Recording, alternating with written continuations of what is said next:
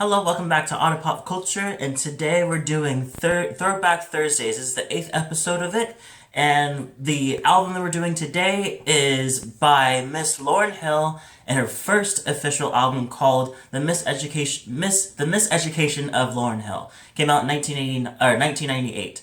So this album I've actually never got into, but I saw the cover all over the place since like my youth all the way up, and I've just always seen it. I've heard a good handful of mostly the singles actually, not nothing, the others parts of the album I didn't really hear before. And I have a huge thing where I want to know where everything kind of comes from and how things line up together. And I always know that this, especially doing this Throwback Thursdays, is kind of the reason why I did it, because I want to see, oh, I like this song. Where did this come from? What did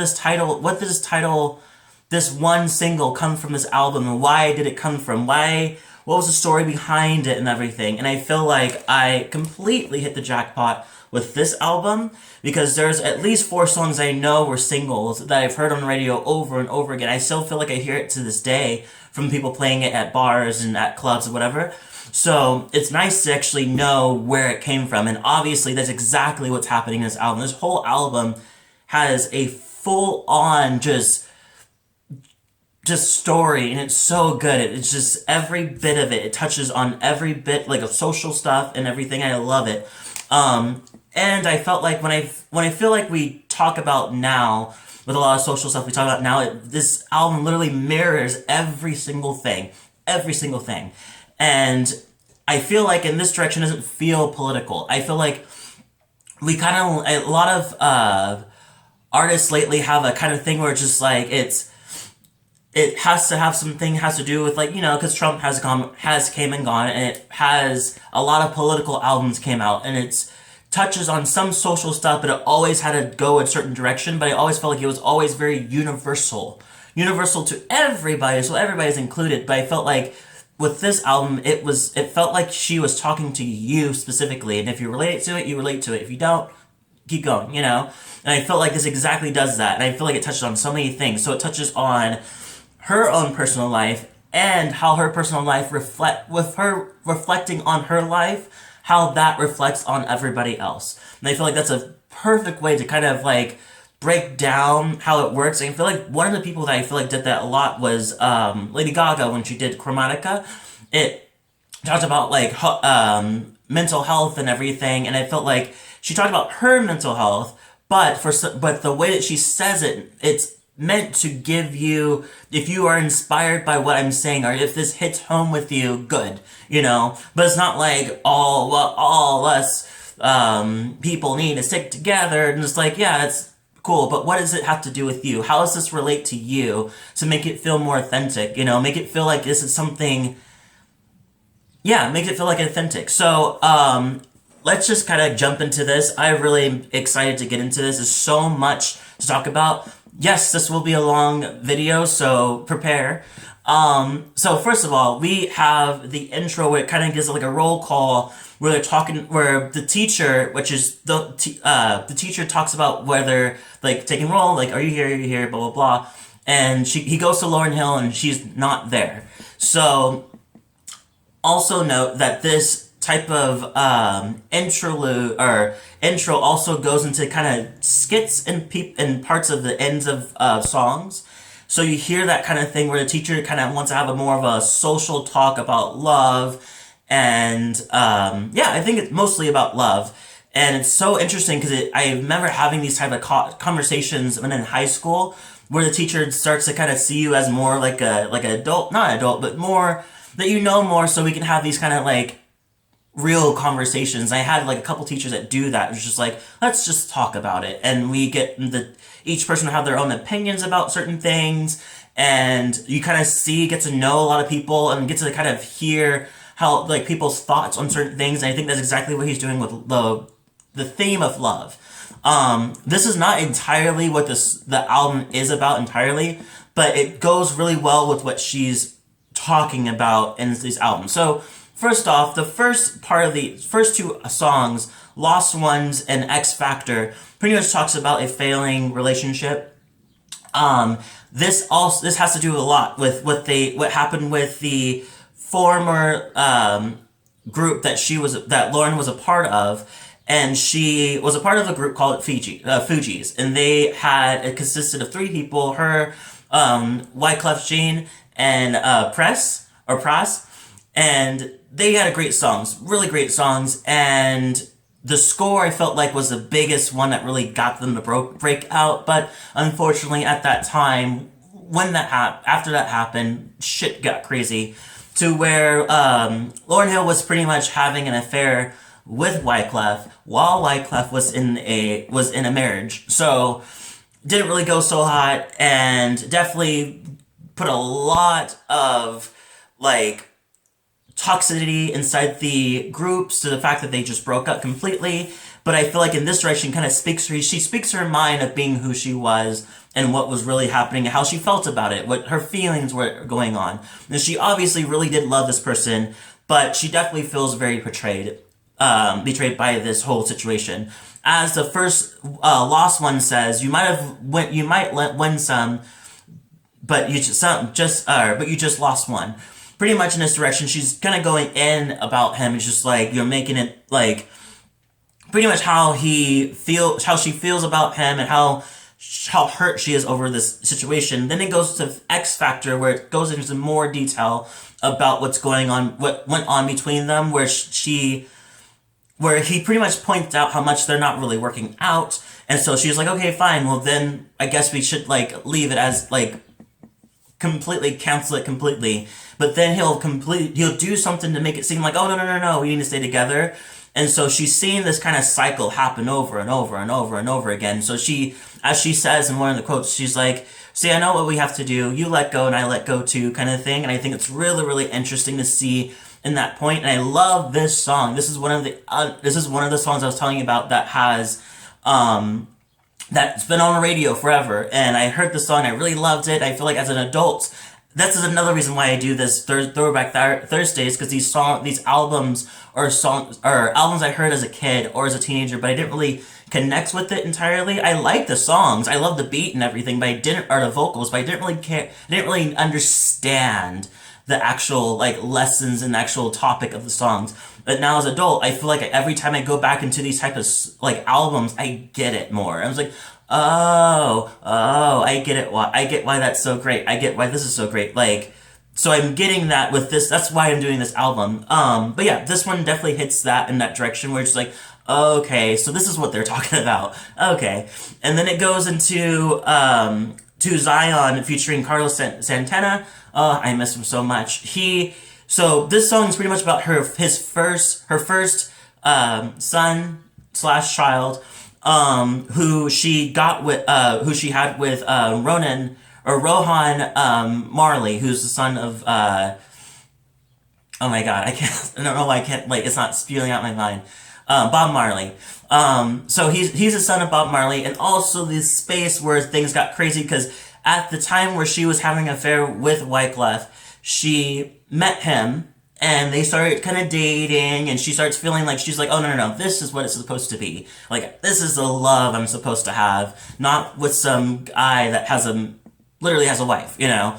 And so she falls in love with him. She ends up getting pregnant accidentally by him, and there's a lot of people that are talking about, in this song, it talks about that, how there's a lot of people with her that was like, okay, you need to like get an abortion, because pretty much your career should be more intact, or it should be more of your like priority. Like, this baby's just gonna fuck it all up.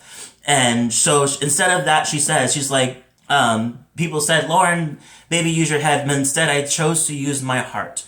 And I really like that. And I felt like in the end, it definitely did not fuck anything up. If anything, it made it better, because it got her out of her like writer's block as well, because she got so much stuff that she wanted to talk about then. Maybe hence this album.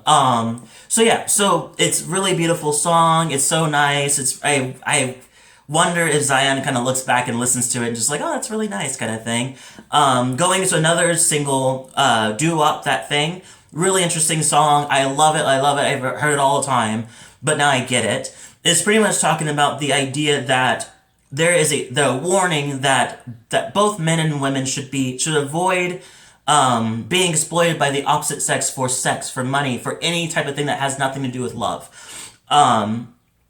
And I felt like in that direction, I didn't get it before, but I definitely get it now. And so the first verse talks about, is more of a warning to the women, just like all these things that you're doing, like you're showing off your ass like you think, because you think it's a trend, and just kind of being, just the naivety of thinking this is the way to go, when really this is how these people think, and this is how, and you're not really fooling anybody by giving it up that easily to somebody else. And then saying you're a Christian afterwards, and I feel like what she's saying is that there's a lot of hypocritical directions of not really being saying who you truly are, but really trying to match the person, the other man, the guy that you're interested in, to kind of show that you're show that you're somebody different than you actually are. As she says, don't be a hard rock when you really are a gem. And I think that's something that's like, there's something more inside you than what these men have been doing towards you and taking advantage of you. That should not define you pretty much. And then and then she switches over for the men in the second verse. And I love that, where it talks about how, like, you look for all these cars and this jewelry, you want to be this type of person. Once again, you're being this person that you know that's not really you, but you're doing it to impress everybody and add to just have a little, like, oh yeah, I have all this stuff, and like having, like, bragging about all this stuff, but it's not even who you are, you know? And also, you're bragging about this, but you still live with your mom. You're doing this stuff, but you still have these other things that you've been working on that you haven't even touched to work on yourself. As she says in the end of that verse, she's like, how you gonna win if you ain't right within? And that definitely hit me much more now than before, even though I heard it repeatedly, but it never really hit. And it completely true. It's like how you're never gonna really win in life if you don't really check to see what's really going on inside of you and fix those things and help and, like, really look inside, you know? And I really love that, and I love the whole idea of that direction.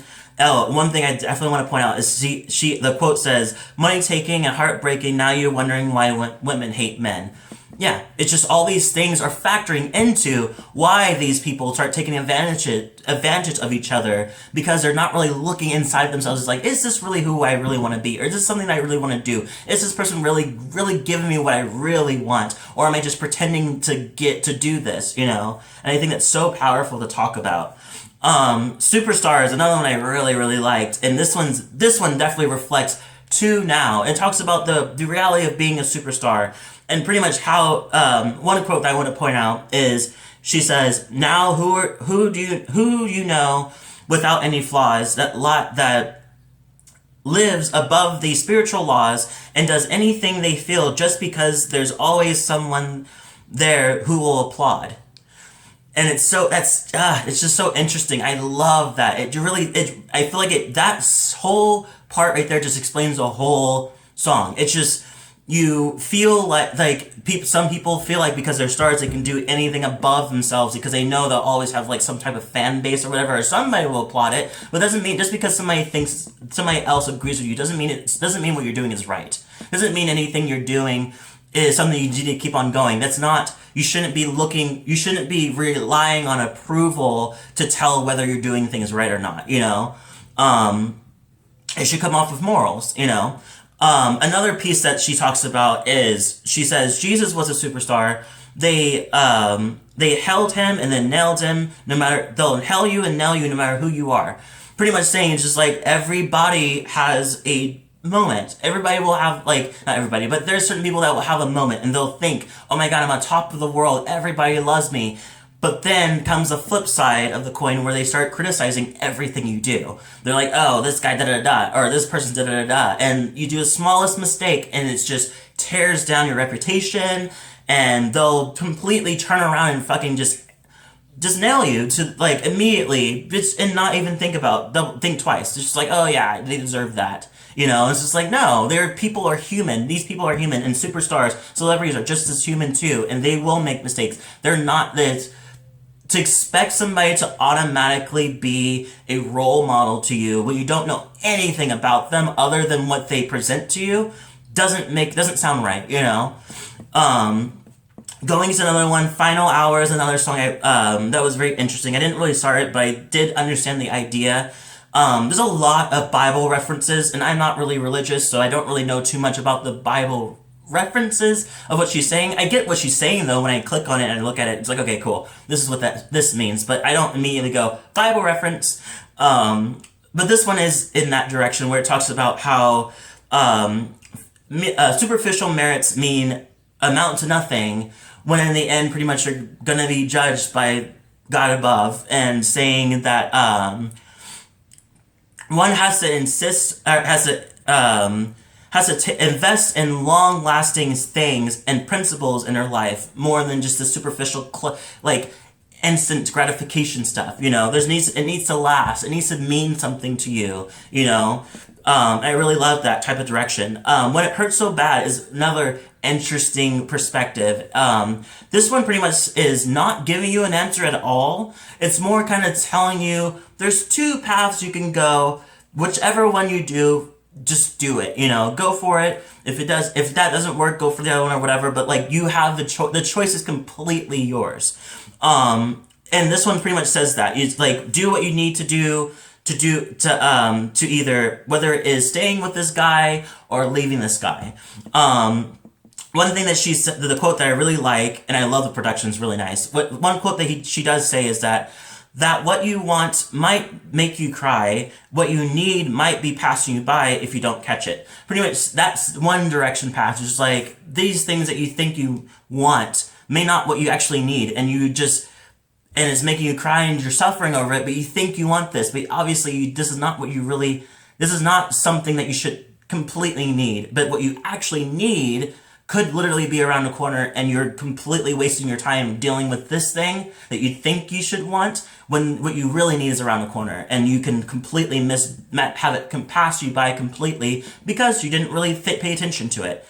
But then she switches over and says, what you need, ironically, will turn out what you want to be if you let it.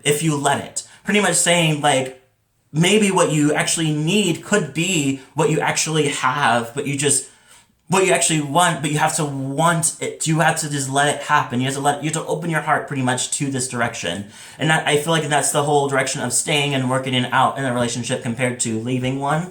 But she never gives you a correct answer of say like, oh, this one's right and this one's wrong. Like, she doesn't really do that. She lets it kind of leaves it up to you, but saying the choice is completely yours. There's no right, wrong answer to that, and I feel like that's what she's saying. Also, Forgive. I used to love him featuring Mary J. Blige. Loved seeing that.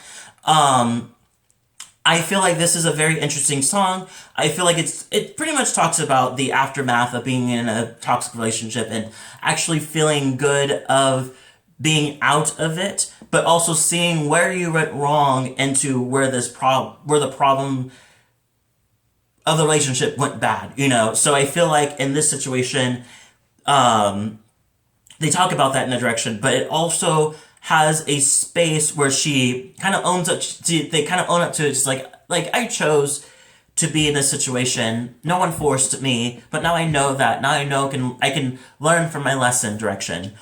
Sorry, I'm looking at my notes. I felt like there was a whole thing that I wanted to point out that was like a side note. Maybe it's not on this side yet. Okay, so also another one I really, really like is Forgive Them, Father. This one pretty much talks about other people where it's just like, people will take advantage of you. There are people out there that will take advantage of you, but you can't, I guess in a Bible direction is because it's Forgive Them, Father, for something they don't know what they've done. I don't actually, the actual quote, I know, sure you know. But pretty much in that direction, and it's just, being aware that there's certain people out there that would not treat you the way that you think you should be treated, that you would treat them. There's some people don't see the world the way that you do. Some people have more cynical ways. Some people are mean. Some people are assholes. Some people are not assholes. You know, it really depends. But the one thing that she does scratch on is that she doesn't believe in increasing yourself by degrading other people. So she says, why for you to increase, I have to decrease? Or another one is like, why black people always have to be the ones to settle? And that's the whole thing with the whole, like, slavery was 30 years ago or 300 years ago. Why aren't you letting it go? Or why aren't you letting it go? It's like, no, because it's still a process. It's still happening. It's just a different way, you know? And that's not something you should let go. That's a lot of trauma inside the community that needs to be addressed. Sorry, it does not just go away, you know? And it doesn't go away because you have white guilt over something like that. And it's completely just ridiculous. Anyway, going to the next ones that I like. Here it is. So Everything is Everything is one of the other songs that was the singles that pretty much talks about the injustice of struggles of being a youth in the community in America, pretty much. The person that played on the piano for this song was John Legend. John Legend. He pretty much isn't, he wasn't even known. He wasn't even known, and that's funny because he doesn't really come out to like mainstream until like I want to say like the mid 2000s. But yeah, it's a really really good song. Every Ghetto Ever See is a really fun one. Pretty much talking about her hometown, South Orange, New Jersey. The miseducation of Lauryn Hill. I love it. It pretty much talks about how you should not listen to other people's path or what they think the pathway of your destiny should be, because it stops you from growing. It stops you from actually realizing who you are. So take in, as she says, deep in my heart, the answer was within me. I made up my mind to define my own destiny. And I love that. Can't Take My Eyes Off You, I Love You Baby, cover from the Frankie Valli and the Four Seasons. She does her own little like thing to it, and it's so good. I remember listening to it all the time, but I actually heard that song before I actually heard the Frankie Valli one. So it's great to kind of know the difference between the two. Amazing. And it ends with Tell Me, what it is a little more kind of religious in this direction, but it's more uplifting, pretty much just talking about how she found her self-worth, and also found it inside Jesus and God in that direction. I think it's so nice. I think it's very beautiful. I am for religion that inspires people and helps them grow.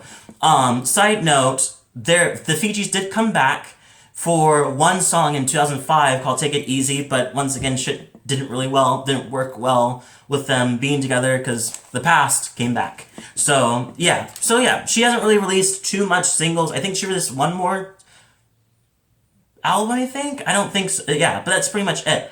I love this album. I love it. I give it a 10 out of 10 easily. Leave a comment below, tell me what you thought. If you liked it, let me know. If you didn't, let me know. Hit the like button if you like this video, hit subscribe, and hit the notification bell so you get more of my videos as well. Thank you so much for watching, and I'll see you all in the next video.